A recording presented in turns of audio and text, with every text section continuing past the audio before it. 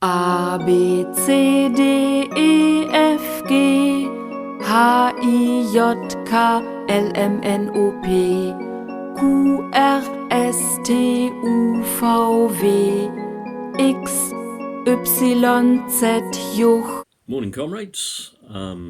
It is 8:27, hence I'm still in my dressing gown. This one's important. Again, I'm going to not spend too much time on it, but I want to just make you aware of something that I've found out. Apparently, page 48 of the Tory manifesto is incendiary. I say incendiary because I mean incendiary for democracy. I mean incendiary for human rights. I mean something that is going to change the landscape of our government and our democracy. Now, I've read several articles on it. If anyone wants to read the exact page in the manifesto, I'm absolutely sure that you will go and do so. Let me try and word it as quickly and as succinctly as I can. I've already said it's an incendiary page. It talks about things like scrapping the Fixed Term Parliament Act. That's dangerous. It's dangerous because it also then goes on to talk about boundary changes and how, in a sense, the Tories will engineer a system pretty much like they've nearly already got, where they will always have a statistical advantage in terms of the blue rinse brigade or whatever in certain constituencies. It's almost as though they're trying to rig the system so that they will always win. Not just them, but other parties as well.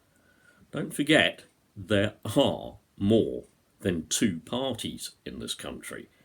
You may indeed think, as I do, that this is a two-horse race, but there are other parties, okay? So be very, very aware of page 48. The other thing it's doing, and it suggests, but it's all in very nice language, and nothing should frighten you in that language, it makes a suggestion that apparently ministers in a government can bypass Parliament. Yeah, they can bypass the House of Commons. They pass some teensy-weensy little bit of legislation, yeah? And maybe the wording's not quite right.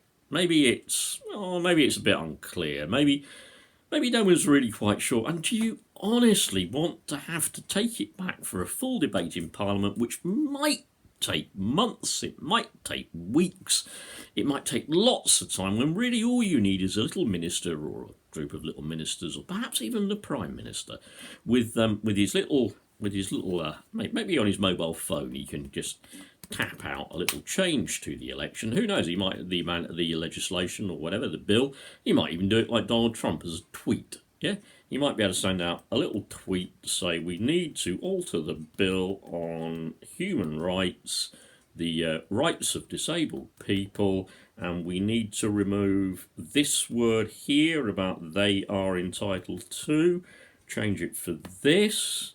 We need to remove this word here. It says human, two words actually. Human rights. It says human rights up there, violation and all that lot.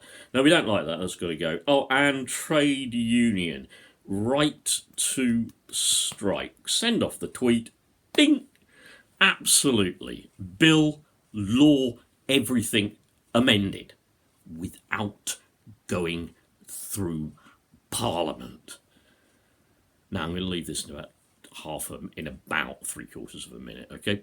If that doesn't scare you, that they're even thinking of transferring that power from Parliament, where things will be democratically debated, to either a small group of individuals or an individual. Another one.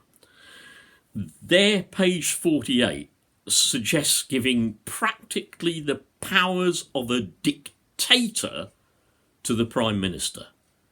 Remember what Boris thinks about democracy, and that liar, and what his disdain for democracy, his absolute contempt for the democratic process, his contempt for Parliament. Page 48, right? I'm nearly gone. It's terrifying. Vote Labour. Don't give these dictators, including Boris Johnson, don't give them a chance. Don't get them in. Be positive. Vote Labour. I'm gone. Bye.